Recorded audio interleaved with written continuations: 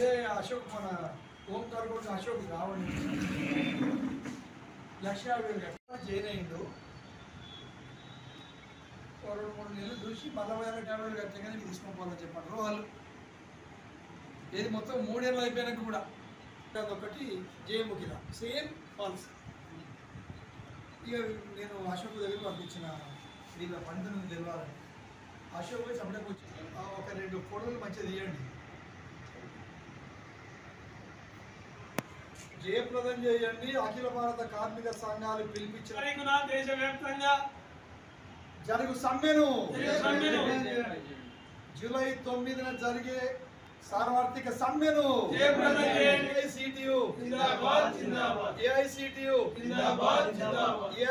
Chicago నగరంలో అమరవీరుల రక్త తర్పణతో మేడే స్ఫూర్తిగా 100 సంవత్సరాల కాలంలో కార్మికులు సాధించుకున్న 29 కార్మిక చట్టాలను కేంద్రంలో ఉన్న బీజేపీ ఎన్డీఏ ప్రభుత్వం రద్దు చేస్తూ 4 లేబర్ కోడ్లను తీసుకురావడం జరిగింది.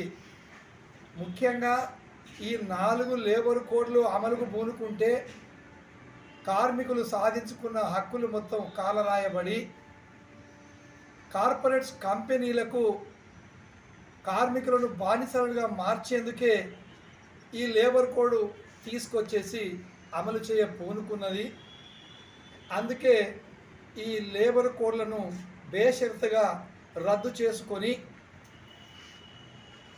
రైతుల పంటలకు గిట్టుబాటు ధర అంటే C2+50% అదనంగా చెల్లించేటట్టు పార్లమెంట్లో చట్టం చేసి అమలు జరపాలని, అదేవిధంగా ఉపాధి హామీ కూలీలకు రోజుకు 600కు కూలి పెంచుతూ 200 రోజుల పని దినాలు కల్పించాలని డిమాండ్ చేస్తూ ఈ యొక్క సమ్మెలో కార్మిక, కర్షక, మహిళ, విద్యార్థి, యువజన, యువతి, యువకులు, చేతి వృత్తుల వాళ్ళు అందరూ పాల్గొని ఈ సమ్మెను జయప్రదం చేసి కేంద్రంలో ఉన్న బీజేపీ ప్రభుత్వాన్ని కన్ను తెరిపించి ఇక మీదట ప్రజా వ్యతిరేక విధానాలను అమలుకు పూనుకోవాలంటేనే ఈ పాలక పక్షాలు భయపడే విధంగా చూడాలనేదే యావత్తు ప్రజానీకాన్ని కోరుతూ రాష్ట్ర ప్రభుత్వం, కేంద్ర ప్రభుత్వం జాయింట్గా కూడా